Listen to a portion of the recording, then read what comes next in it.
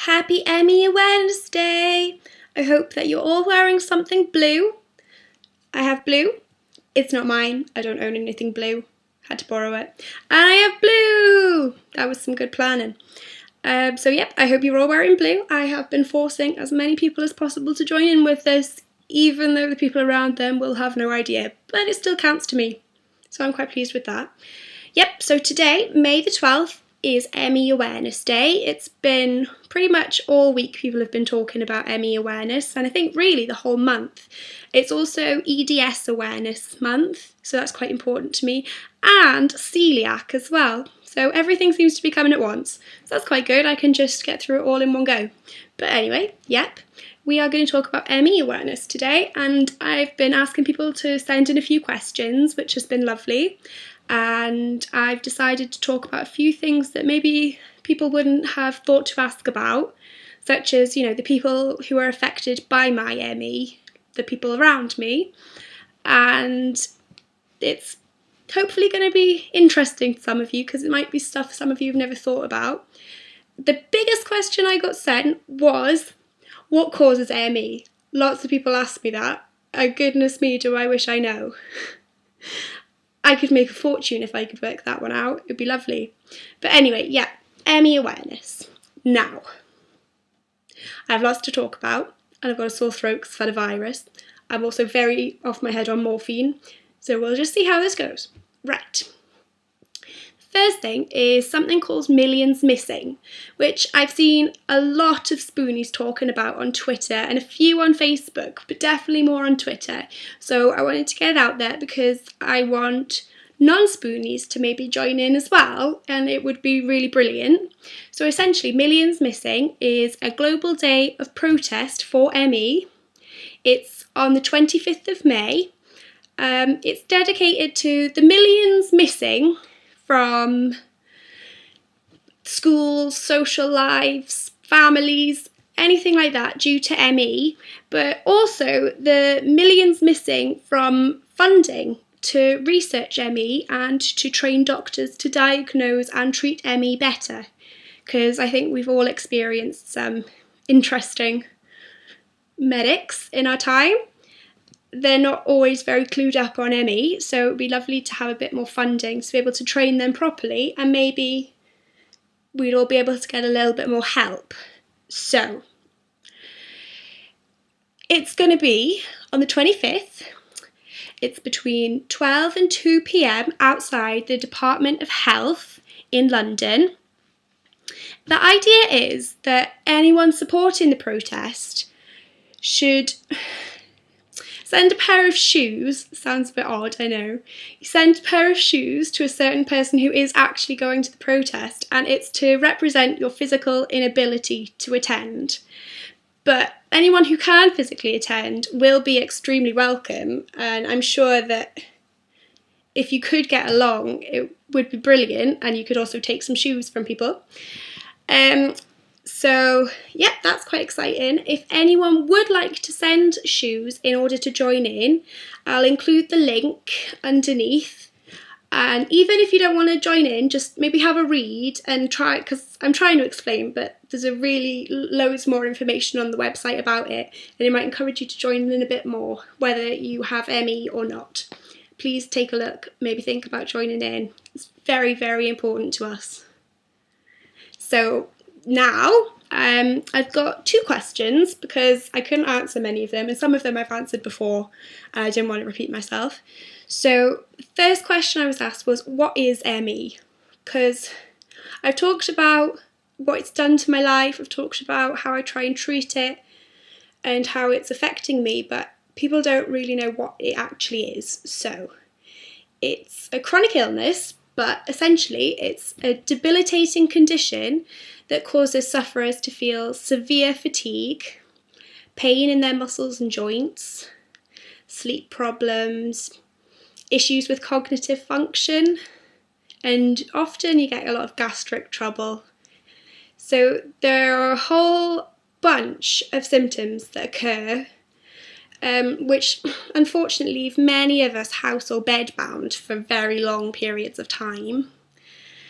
It's quite common to have an abnormal immune system, and it doesn't really fight off illness very successfully. We're very, unfortunately, very susceptible to diseases and everything. So this house is a germ-free zone. Don't come near me if you've got germs. I won't thank you. The symptoms of ME kind of fluctuate daily. So you can be like, okay, 1 minute, maybe like getting yourself a drink, and the next minute you're just fully crashed out. You can't even stand up, you don't even want to open your eyes, it's just all too much. So I know that's not a fantastic explanation of ME, but that's kind of the important things I think that ME are. But again, if you want to find out more, I will put a link to a few websites that can give you a little bit more detail about what ME is, a lot of the symptoms, diagnosis, anything like that. If you're interested, you can take a look. Another question that I was asked was about being diagnosed with ME and how long that took. So for me, being diagnosed took roughly 6 to 7 months for me. I had to see many different specialists, and I underwent a huge number of tests to rule out rheumatoid arthritis, I think was one of them, lupus and other chronic illnesses that have similar symptoms to ME, but I can't remember all their names. It was quite a long time ago now. Eventually, after lots of horrible tests and some quite horrible blood tests and scans, it was decided that I suffered from extremely complex ME in December 2011. So I'd been bedbound since June, maybe end of May, beginning of June that year. So that took quite a long time and a lot of fighting.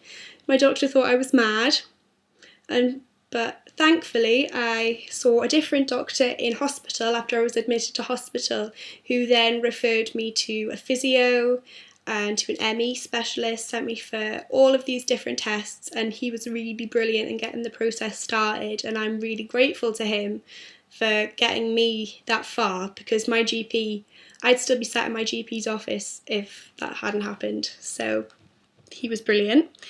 Since then, I have also been diagnosed as celiac.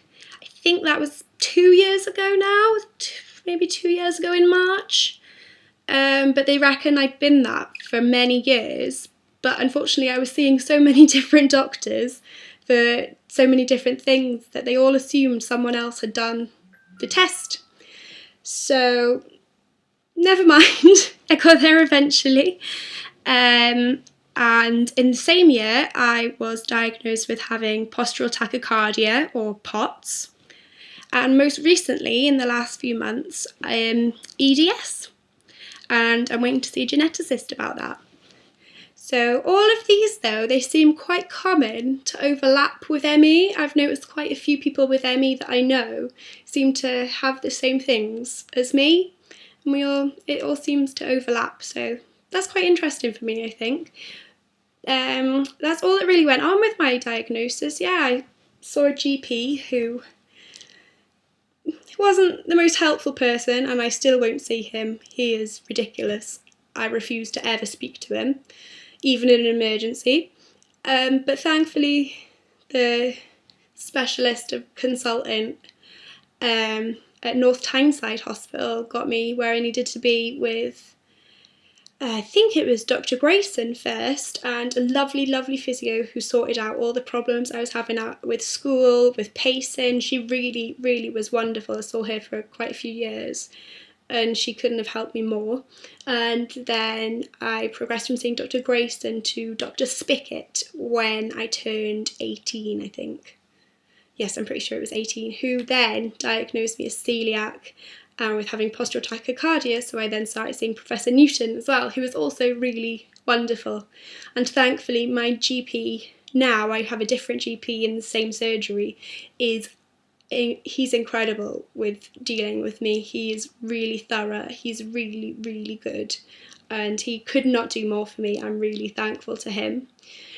And I think that's all about my diagnosis. So yeah, what I mentioned at the beginning of the video was people with their questions tend to relate to me, and there doesn't seem to be a lot of questions about how the people around me are, how they cope, what they do.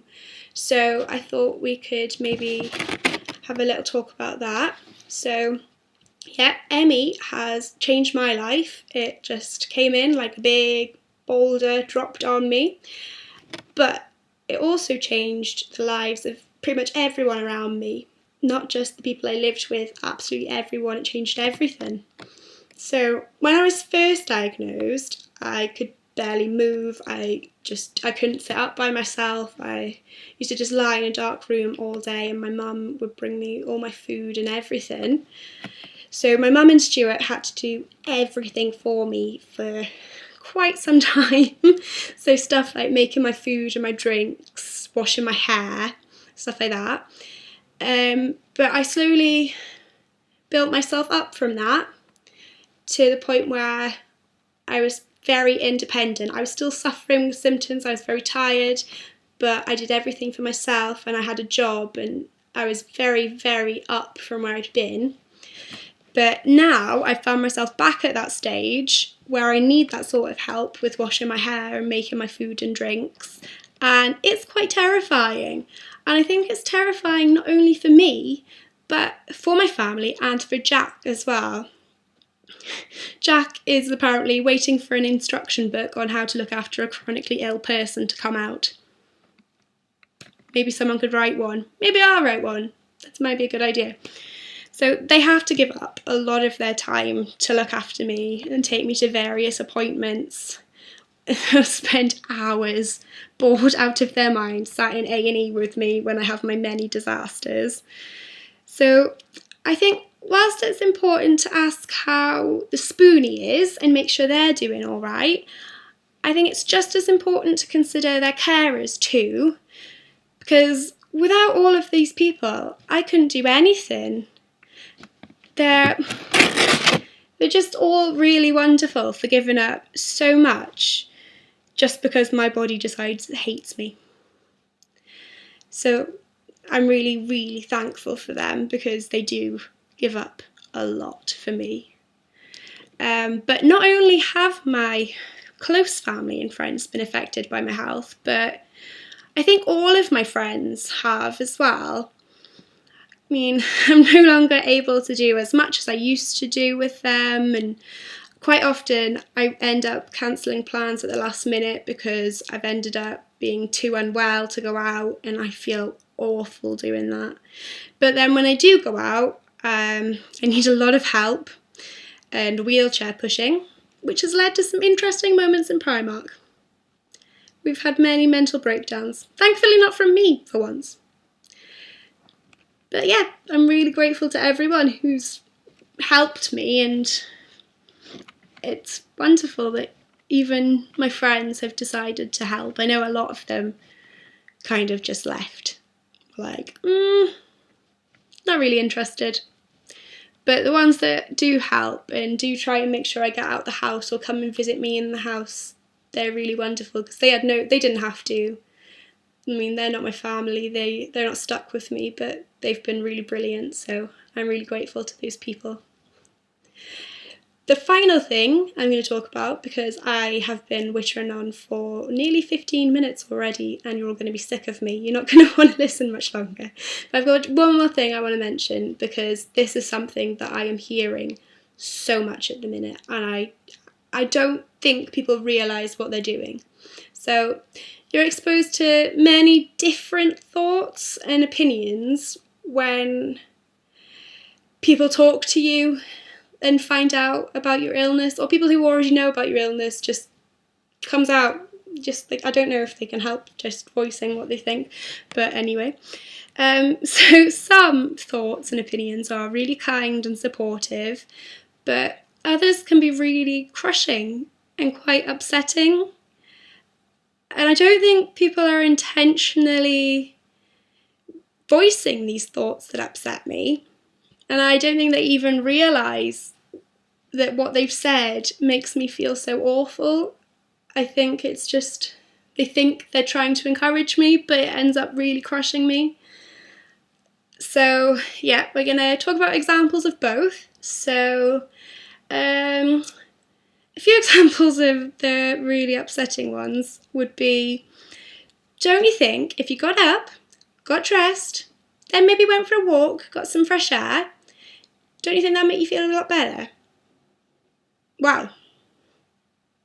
Don't you think if I was able to get up, get dressed, go outside for a walk, I'd probably be doing that and many other things instead of being stuck in bed or just in the house all day? Do you not think I'd prefer to be outside in the sun? Like, just because I've got some fresh air, I'm not going to be magically healed. That would be lovely, but... Another one is, oh, so-and-so had ME, but they're totally recovered and doing all of these wonderful things with their life. I mean, I'm sure this isn't meant to be as crushing and kind of, I don't even know how to describe. I think it's disheartening, really, that I don't think they mean it to come out like that, but it just really gets to me because I'm still waiting for this miraculous cure that seems to be going around, and that may never come for me. I might never get to be like those people. So I feel like when people talk about, like, this person had ME, but look at them now, they're doing all these wonderful things. I'm like, yeah, but I've still got ME. I'm really happy that they recovered. That's wonderful for them. But what if that never happens for me? Like, I can't even think about that. So I think people need to maybe stop doing that, because that does happen a lot. And it really gets to me. It's horrible. It makes me really upset. So never mind. But I want to finish on some of the lovely thoughts, because they always make me quite happy. So I do get some really lovely thoughts from people on how strong, inspirational and positive my journey and I are.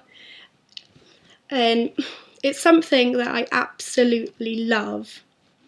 I love being told that struggling through and never giving up on myself makes people who are sometimes complete strangers see me as a better person. Like, loving support just, it makes each day being a battle far easier. So thank you to those wonderfully kind and considerate people who take time out to tell me how strong they see me, or how brave they think I might be for doing this and pushing on and carrying on, just even getting out of bed in the morning. And a massive thank you to all of those really lovely people, because that means the world to me, especially at the minute when I've been really unwell. I had an accident and I've really badly hurt my shoulder, and I've been just stuck for a week and a half now, pretty much, and everyone's having to do absolutely everything for me, and I've been really down, but I've still been trying to push on, and I'm nearly at the end of my second year of my degree, so I'm trying really hard to push on and finish that. I've only got, I think, 2.5 weeks, maybe not even that, left. And I just want to get it finished, and people have been telling me how wonderful they think that is, that I'm so determined even though I have a really good excuse to give up. So just a huge thank you to those people, because I think I probably would have given up a long time ago if it wasn't for them. So thanks. Anyway, I have whittled on for nearly 20 minutes and you're all going to be asleep by now, so I just want to say I hope that you all have taken something from this. Check out a few of the links underneath. I mean, even if you don't want to support the protest, maybe just read a bit more about it or share it with a few people, because it would be wonderful to get as many people as possible involved. Check out a few of the ME links I'm going to post if you want to know anything else, and there are plenty of stories about people's journeys on those websites that you could read as well if you want to get a better view, maybe not just from my viewpoint but from other people. And yeah, just thank you for listening again. Have a truly wonderful day, and I will see you very, very soon.